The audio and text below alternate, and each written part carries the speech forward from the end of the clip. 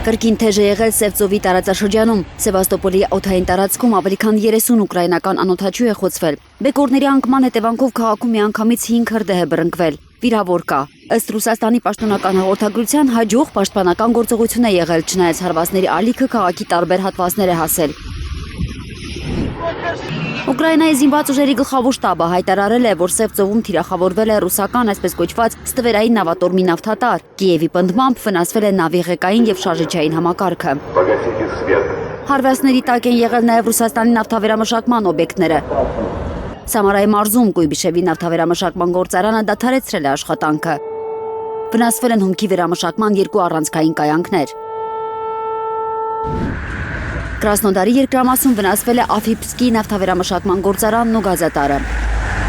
Դրոնները նաև Կրասնոդար քաղաք են հասել։ Անօդաչուներից մեկը հարվածել է բազմաբնակարան շենքի, վիրավորներ կան։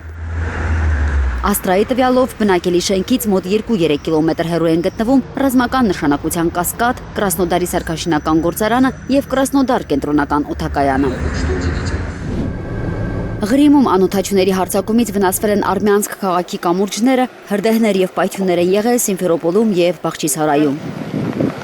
Զապորոժիեի ատոմակայանը զրկվել է արտաքին էլեկտրամատակարարումից եւ անցել պահեստային դիզելային գեներատորների աշխատանքին։ Կայանի վարչակազմը վստահեցնում է, որ անվտանգության համակարգերը գործում են բնականon, ճառագայթային ֆոնը նորմայի սահմաններում է։ Մասնագետները բազմիցս զգուշացրել են, նման իրավիճակների պարբերական կրկնությունը մեծացնում է տեխնազին ռիսկերը Եվրոպայի ամենամեծ ատոմակայանում։ Այս ամենի ֆոնին Կիևը փորձում է ուժեղացնել սեփական հակաօդային պաշտպանությունը։ Ուկրաինայի արտգործնախարարության ներկայացուցիչ Գեորգի Տիխին հայտնել է, որ Զելենսկին նոր պայմանավորվածություններ է ձեռք բերել պատրիոտ համակարգերի համար նախատեսված հրթիռների մատակարարման շուրջ։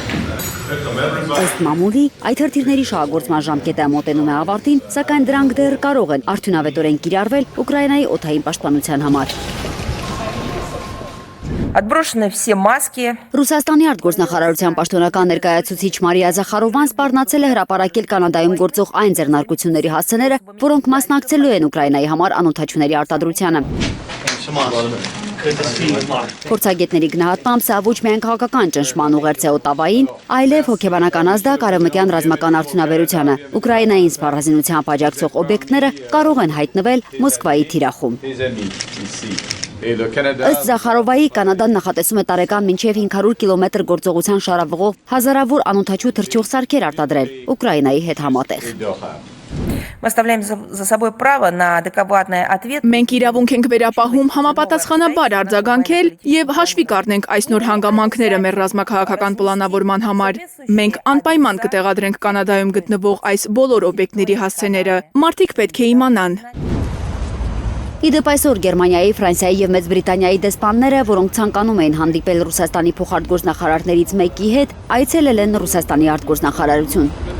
Նրանց այդ հանդիպման խնդրանքի մասին ավելի վաղ հայտնել էր Սերգեյ Լավրովը, նշելով. «Պարզապես հետաքրքիր է տեսնել, թե ինչպես է նրանք ներկայացնելու այն ամենը, ինչը կարող է հանգեցնել կառուցողական գաղափարների»։ Ծովինար Բարխուդարյան, Անի Ղանդիլյան, Հայլուր։